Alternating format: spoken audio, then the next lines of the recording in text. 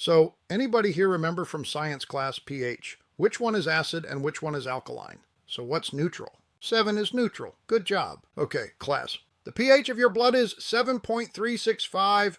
Did you know that? I didn't. So let me ask a question. You see this product here? Bleach. That's a 13. Today we're talking stripping floors. Does anybody have an idea what their pH of their floor stripper is? So you're here at a chemical showcase and you're talking about stripping floors and you don't know what the pH and strippers you're using. Well, here's something I'm going to tell you. I didn't know either, and this is what gave me asthma, which has turned into COPD, exactly what we're talking about this morning, because strippers are usually in the range of 13 and 14. Between 6, 7, and 8, that's the neutral zone, right? That's what this chart shows us. That's what's safe for my body. Let me ask a question. Do you absorb chemicals through your skin? Yes. Do we inhale chemicals through our respiratory system? Yes. So do I want to breathe in or be in contact with something that's going to be negative or harmful to the pH of my blood? Nope. As I said, chemical strippers are up in this category here, 12, 13, and 14.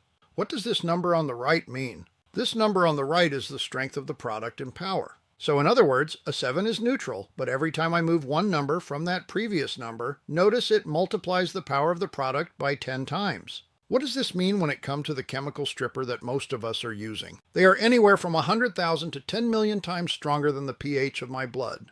Do I want to be using them if I don't have to? Do you understand where I'm going? I don't want to be inhaling the fumes from strippers if I don't have to. This I did not know, because 6 nights a week for about 3 years when I was in my 20s, I stripped floors all the time, and this is what I did. Between ammonia and strippers, this is what was happening to my body, and I'm not unique. So I'm going to teach you this morning some ways to not have that exposure to your health.